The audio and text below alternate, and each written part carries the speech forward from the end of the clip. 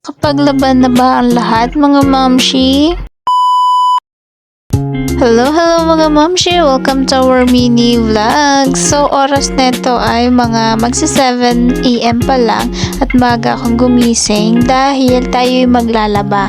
So, nakita nyo naman, tulog si Baby Toby kaya sinulit ko na yung oras para makapag-start na ako maglaba. Kasi kapag nagising siya, hindi ako makakapaglaba. Kaso, nakaunang salang pa lang ako, nagising na agad siya. Naramdaman niya sigurong wala siyang katabi. Kaya yun. Ang naging ganap na lang is binigay ko siya kay Tito Tony. So, itong video ay una, sinegregate ko muna yung mga damit namin. Siyempre, inuuna kong labhan yung damit ni Tobias. Sumunod yung pantaas namin, sunod yung pambaba, and then yung panloob, tapos yung mga kumot, ganun. So, kunti lang itong labahin natin, kaya inagahan ko na, siyempre, pasikat na ang araw para maihabol natin at matuyo siya, diba? Kasi kapag hapon na, mahihirapan na ako, kaya yun. Talagang nilabahan ko na, di ba? Kunti naman tong labahin namin kasi nung bago mag 2024 naglaba kami ni Daddy Jomar. Hindi siya pumasok para makapaglaba kami, o di ba?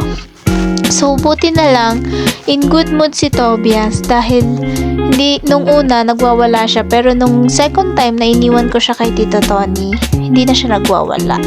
Yon. Kaya natapos ko yung labahin ko ng matiwasay. Hanay! Kayo mga mamshi, nakapaglaban na ba kayo? Marami na naman ba labahin? Alam nyo ba mga mamshi, talaga dito sa labahin at sa basket, laundry basket, dito mo talaga mapapatunayan na walang forever. Alam mo yung akala mo magkakaroon ng forever na palaging walang laman, pero no. Ilang minuto lang may laman na naman agad ng bago. Grabe, kabilis talaga, no? Alam mo ba yung araw-araw na gusto pray mo, sana konti lang labahin mo, pero parami ng parami. Ganun ba? Kakaloka, no?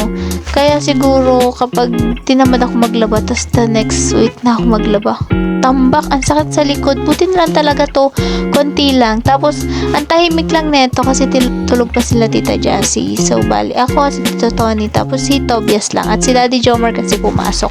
Maga kasi siya napasok ng work, mga 6, bago mag 6 napasok na siya, o diba?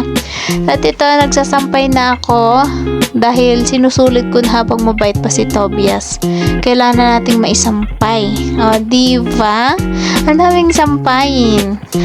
Pero natutuwa ako pagpasok na ngayon ng 2024 ha, parang magtutuloy-tuloy na wala akong masyadong labahin. May God, sinisipag tayo for today's video.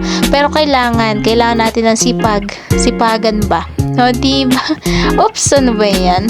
Kaya yan, o, diba? Tuloy-tuloy lang tayo mga mamshi. Tapos, yung sa sa page ko, gusto ko ituloy-tuloy to. Sana talaga at gagawin ko everyday, magpo-post ako ng mini vlog at sana in God's will may mag-trending man lang na kahit isa. At syempre, ma-monetize tayo dito. O diba mga mamshi, sino bang may gusto niyan? Alam nyo ba yung New Year's resolution ko?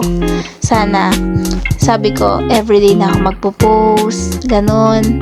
Tapos, syempre, maging active na ako. Talagang itutuloy-tuloy ko to kasi ito ang gusto ko mga mamshi. O, diba, nakapagkwento na ako.